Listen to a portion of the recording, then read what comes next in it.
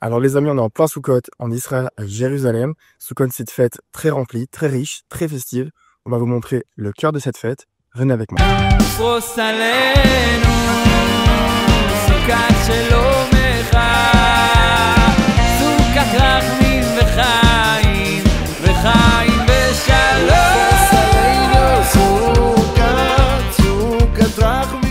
Alors la journée commence par la tfila, la prière du matin, avec évidemment les passages qui sont propres à Sukkot, et tout ça dans la joie et en faisant.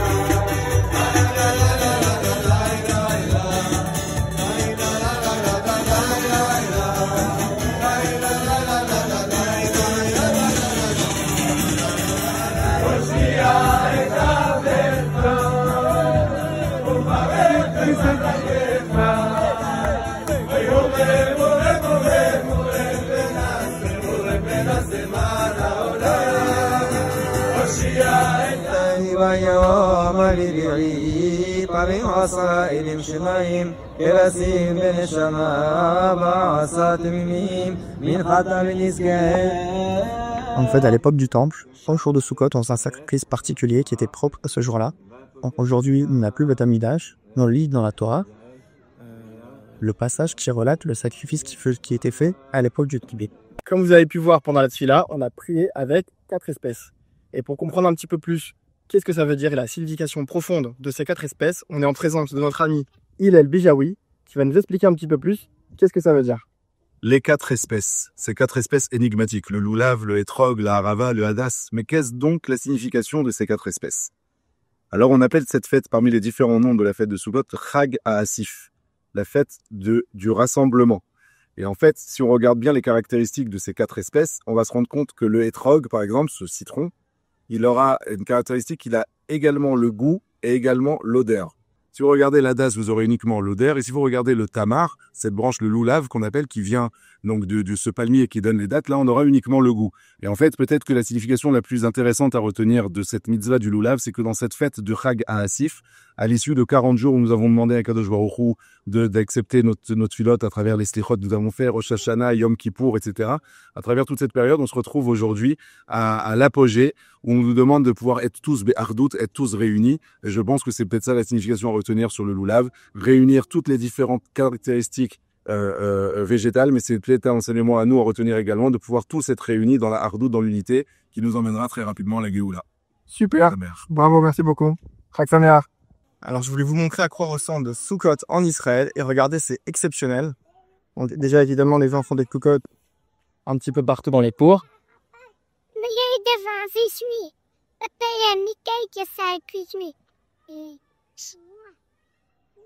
Et c'est incroyable, c'est que les immeubles sont censés réfléchis à la base pour que chacun puisse faire une souka. On sait très bien que le toit de la souka doit directement être en contact avec le ciel pour que ça soit cachère. Et donc les immeubles sont réfléchis, sont faits en sorte qu'on habite au 2e, 3e, 4e étage. Il y a toujours un petit bout de balcon qui dépasse. Et tout est agencé, configuré pour qu'on puisse faire la souka. Regardez.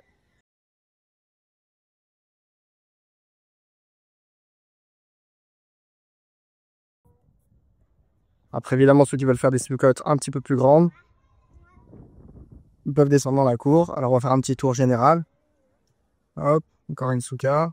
Il y a une véritable ambiance incroyable. Il faut penser que les repas, évidemment, sont tous en famille. Donc, imaginez-vous chacun dans sa souka. L'ambiance que ça peut prodiguer.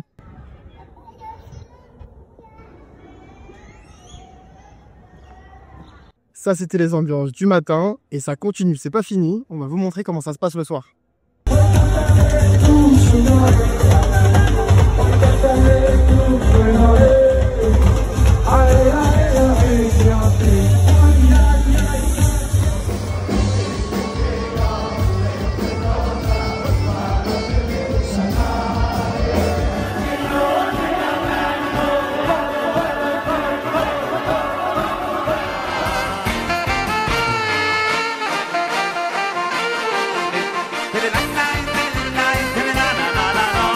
Alors, je voulais terminer cette vidéo avec un point qui est très essentiel parce que Sukkot, c'est la fête de la joie, la fête de la Simcha.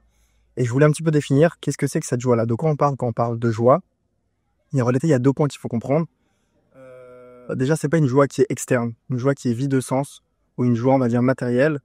Non, quand on parle de joie à la fête de Sukkot, il y a quelque chose qu'il faut comprendre. C'est qu'il y a une loi qui dit que la hauteur de la souka ne doit pas dépasser 20 amot. 20 amot, c'est à peu près 10 mètres. Et pourquoi? Alors nos sages ils nous disent que quand on doit être assis dans la souka, on ne doit pas avoir besoin de lever la tête pour voir le toit. On doit pouvoir être assis et voir le toit de la souka. Maintenant, on sait très bien que le srar, donc le toit, il représente la présence divine qui nous a protégés dans le désert quand on a traversé le désert.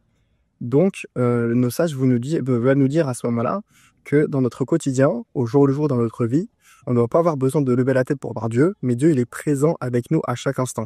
Et ça rapporte énormément de joie, parce que quand on traverse des moments difficiles, où on subit des épreuves, savoir qu'Hachem, il est avec nous dans l'épreuve.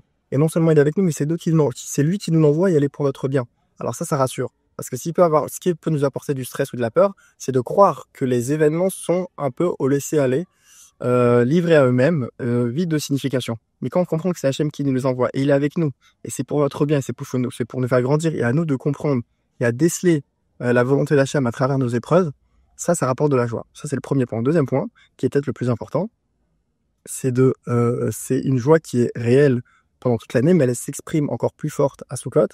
C'est la joie d'appartenir au peuple juif, la joie d'avoir la Torah, et à plus forte raison aujourd'hui, la joie de pouvoir pratiquer notre Torah, la fête de Sukkot en Israël, de manière intense, sans que personne ne nous juge, sans que personne nous regarde, sans que personne nous dise quoi que ce soit. On a la chance de pouvoir porter une kippa dans la rue, de pouvoir faire des Sukkot dans nos parkings, dans nos cours, sans que personne nous dise quoi que ce soit. Et on a cet amour-là envers Hachem, envers Dieu, envers la Torah, envers le peuple juif, et on l'exprime de manière intense à la fête de Sukkot, et ça c'est extraordinaire. Voilà mes amis, j'espère que la vidéo vous a plu. N'hésitez pas à vous abonner, à commenter, à liker, à partager la vidéo. Ça coûte pas grand-chose, mais ça nous aide énormément. Et moi je vous dis à bientôt sur Torah Inside pour découvrir ensemble des quiz du monde de la Torah, et on se quitte sur des belles images des Hakafotiniot en Israël. Allez, à bientôt.